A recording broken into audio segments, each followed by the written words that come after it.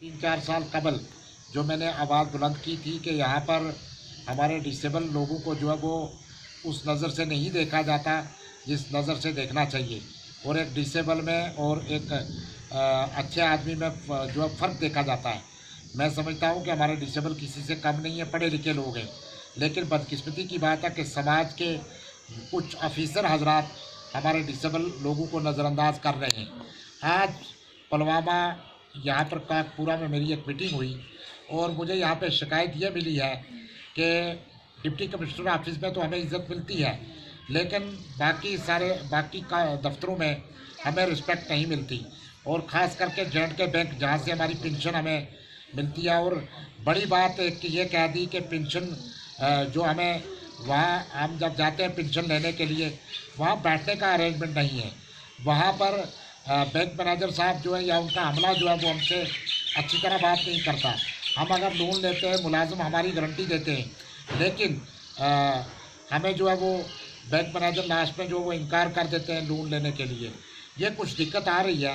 एक तरफ हमारा ऑनरेबल सुप्रीम कोर्ट की ये हदायत है कि डिसेबल को हैंडीकैप ना कहा जाए, डिसेबल के हकूक़ का तहफ़्फ़ुज़ किया जाए, उनकी बात सुनी जाए।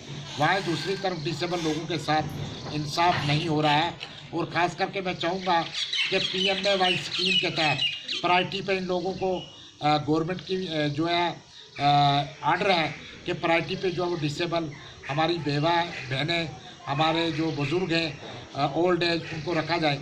लेकिन हमारी गवर्नमेंट तो कहती है, लेकिन ग्राउंड लेवल पे ऑफिसर जो है वो इसको लागू नहीं होने देते। काकपुरा में ये शिकायत मिली कि डिसेबल लोगों को PMAY स्कीम से भी महरूम रखा गया है। बाकी बहुत सारी स्कीम्स है गवर्नमेंट ऑफ J&K की, गवर्नमेंट ऑफ इंडिया की, उन स्कीमों के वो स्कीमें जो है हमारे माजूरीन तक नहीं पहुंच रही हैं। तो मेरी ये गुजारिश होगी हमारे डिप्टी कमिश्नर पुलवामा से कि उन्होंने इससे पहले भी बहुत अच्छा काम किया, हमारे माजूरीन को स्कूटियाँ दी।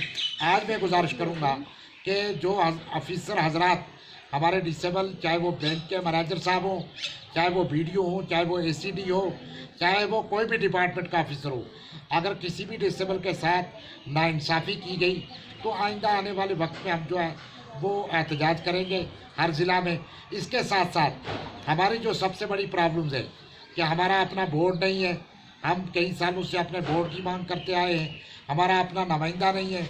हमें जो है रिज़र्व कैटेगरी के तहत यहाँ पे सीटें नहीं हैं। अगर एक माजूर कुछ बन जाए, अगर हमारे गुलाम हसन पंडित साहब कुछ बन जाएं, तो इनको दुख दर्द जो है वो दूसरे माजूर का पता चलेगा। अगर कोई और हमारा माजूर बन जाए वो दूसरे माजूर की तकलीफ़ समझेगा। एक अच्छा वाला तंदुरुस्त आदमी कुर्सी पे बैठ के वो इन लोगों के साथ नाइंसाफ़ी करे, ये नाकाबिल बर्दाश्त है।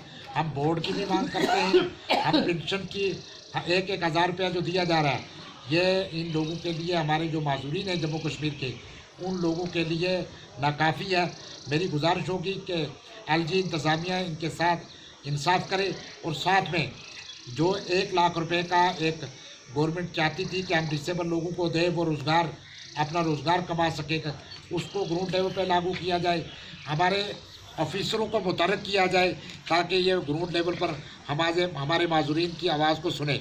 आज का ये जो मीटिंग थी, हम ये चाहेंगे कि इस मीटिंग के हवाले से कि हमारी LG इंतज़ामिया ख़ास करके जम्मू कश्मीर के अंदर जितने भी डिसेबल लोग हैं, पूरे ऑफिस, पूरे दफ्तरों में ऑनरेबल सुप्रीम कोर्ट की हदायत है कि इनको इज़्ज़त मिले, और एक आर्डर निकाले ताकि हर दफ्तर के अंदर जो है वो ओल्ड एज, बेवा, डिसेबल, इनको इज़्ज़त और मकाम मिलना चाहिए। अगर इनको भी आप डिसेबल देखोगे तो आप भी कम दिन इस दुनिया में रहने वाले हैं। तो मैं ये समझता हूँ कि दुनिया में जब तक रहो दूसरे की खिदमत करो। तो आइंदा आने वाले वक्त में अगर इस तरह की शिकायत दोबारा मिली कि इंतज़ामिया का कोई ऑफिसर इनको हैंडीकैप करके पुकारे या किसी और लफ्ज़ से पुकारेगा, तो हम पूरे जम्मू कश्मीर के अंदर हमारे माजूरीन की तादाद बहुत बड़ी है, हम और हमारे जो नुमाइंदे हैं हम उनको भी लेके ऐसे ऑफिसरों के ख़िलाफ़ जो वो एहतजाज करेंगे।